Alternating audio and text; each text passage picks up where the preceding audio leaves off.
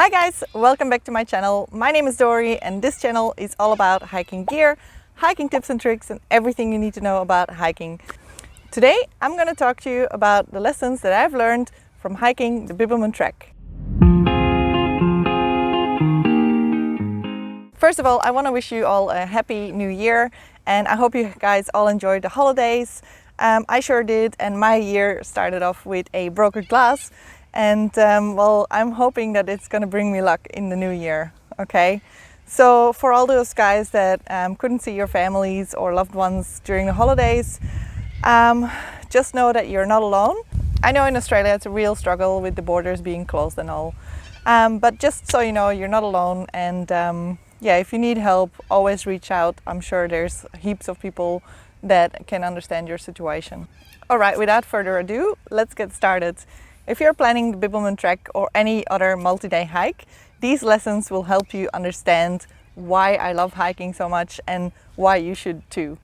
When I first started planning the Bibbulmun Trek, it was actually in the middle of summer and I was like, I just want to go now, right? And you can actually go whenever you want to because, you know, it's hiking, you're not depending on anyone really. But what I've learned from hiking the Bibbulmun Trek, both in spring, winter and autumn, is that it's actually a lot more enjoyable in winter. So first of all, the temperatures are a lot cooler and you'll be hiking between like 15 to 20 degrees during the day. It can get a bit cold at night, but the good thing is when you hike in winter, you can actually have a fire, okay? There's a lot of restrictions in summer in regards to fires. But another thing is as well, if you hike in winter, you're more likely to have the huts to yourself. Another thing why winter is better for hiking the Bibbulmun Trek is also the snakes. So that doesn't mean that you're not going to encounter any snakes, but it's not the season and they will be a lot slower. They won't chase you. Most of the time if you do encounter a snake, it'll be just there. It probably won't move because it's too slow. It's too cold for them to move fast. But on the other hand, you will see a lot more birds because it is winter and everything is a lot more lush here in Western Australia. Okay, when we talk about hiking the Bibbulmun Trek in cooler weather, I also need to mention that one thing I learned the hard way is to always plan the hills either in the morning or in the afternoon. But for example, when you go up Mount Cook, just make sure that you plan it accordingly and don't do it in the heat of the day. And there's only a few big hills on the Bibbulmun Trek. But it makes a big difference if you do it in temperatures that are not in the middle of the day. And with that, I also want to mention that I did a video about itineraries on the Bibbulmun Trek, so please check that out as well, guys. And but if you want a quick tip on how to plan your hikes and make sure that you don't have the hills in the heat of the day, then you know, always plan a few days in advance. You might be lucky to have a hut just before. For example, Mount Cook, there's a hut before Mount Cook, so you can plan to stay the night there. If you plan your journey accordingly, then you can definitely avoid hiking them in the heat.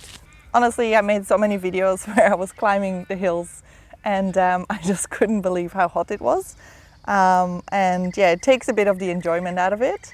But also, for example, if you do it in the morning and if you're lucky enough to wake up before sunrise and you are able to see the sunrise from Mount Cook, oh my God. Like, I would do it again just to see the sunrise from there. Another lesson I learned on the Bibbulmun Trek is to definitely take your time, guys. I tend to rush things because, you know, I always like to get to my destination as fast as I can.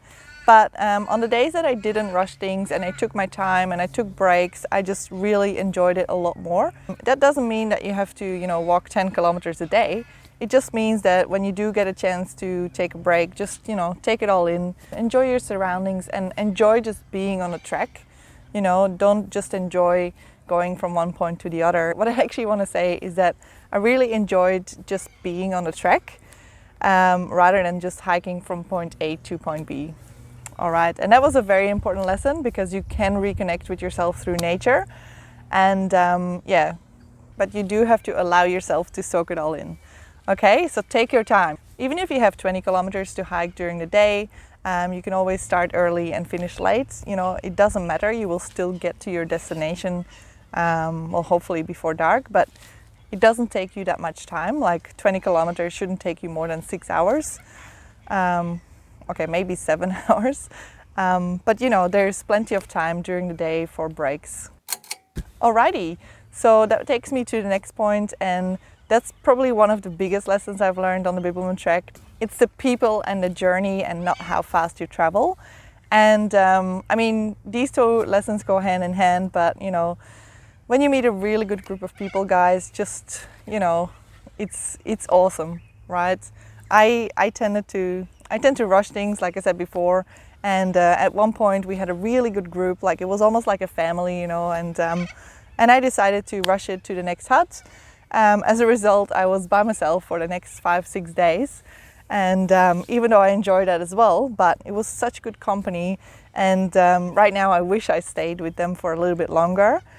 I did meet up some of them along the way again, but it wasn't the same, all right? So they always say that it's about the journey and the people and not so much the hike itself. I think it's so true. And what I love about the people, especially that hike the Bibbulmun Trek, is that everyone has their own little story, and everyone has their own reason on why they hiked the Bibbulmun Trek. And it's just interesting to get to know people in a different setting, you know, so because everyone you meet on the Bibbulmun Trek is pretty much doing the same as you do. It doesn't matter which background you have or what kind of job you do, or what kind of position you have, you know. I've met all sorts of people on the trek, like from tradies to CEOs to analysts to lawyers, yeah, you name it, you know. So when you meet people on the trek, just remember that everyone's there to finish their hike, and they're doing the Bibbulmun Trek for a reason. Like, this applies to any hike, you know. And with that, I also want to mention that if you get to know the people and why they're doing the things they do, it might put things into a different perspective for you. You know, you might struggle with something and then you have a different perspective from someone that you haven't really met before or is from a different walk of life. That might really help you as well. So yeah, just putting that out there. Right, I don't want to make this video too long, but there's two other things I want to mention. And one of the big lessons I learned on the Bibbulmun Trek is that even though it's very well signposted with the woggles, there is a few signs that you can pay attention to not get lost, okay? So when someone has barricaded the trek with a bunch of logs, that means that either they got lost before you, or they're just wanting to show you that you shouldn't go straight. You should just, you know, check for a sign. And I'm saying this because I kind of ignored the signs a few times and I got lost a few times. Or, I mean, I didn't get lost. I just went the wrong way. But it is always annoying, especially when you go uphill. All right, so always pay attention to the signs that other people leave you. Especially when it comes to navigation. When it comes to signs that other people leave you or little notes that people leave you, you can always read the red book at the Bibbulmun Trek huts. And that is something really unique to the Bibbulmun Trek, because there's always like a logbook and a red book at the hut.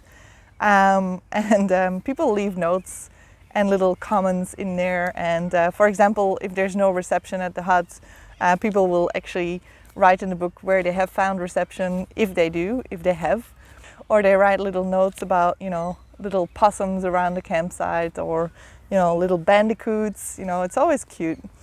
For example, at I think it was Barracking Hut, there's like a resident emu, and it's really cool because we did see the emu, but yeah, it's just nice to know that he's hanging around and he's not doing any harm to anyone, or, you know. It's just cool. So anyway, so that's what I learned. Try and read the red book, because it's always fun to read the clues that other people have left you. Alrighty, there's probably 100,000 more things that I have learned along the Bibbulmun Trek. I did put them in my videos, and I probably should go back and watch them again, because yeah, there's like 101 things that I mentioned in those videos already. If you haven't watched them already, guys, just check out the series on the Bibbulmun Trek. Anyway, so next week I'm going to talk about the accommodation again. I am going to show you around the huts, and yeah, so you can actually have an idea of what to expect. But it's more going to be like, I'm going to give you an overview of every single hut on the trail. And then afterwards, oh my God, like this is way overdue. So I'm doing a Dan Durston X-Mids review finally. So I've had this tent for a year and a half now. And yeah, it's still the best tent I've ever had. And yeah, finally I'm going to share it with you guys. All right, so stay tuned. As always, thank you so much for watching, and I'll see you in the next one. Bye!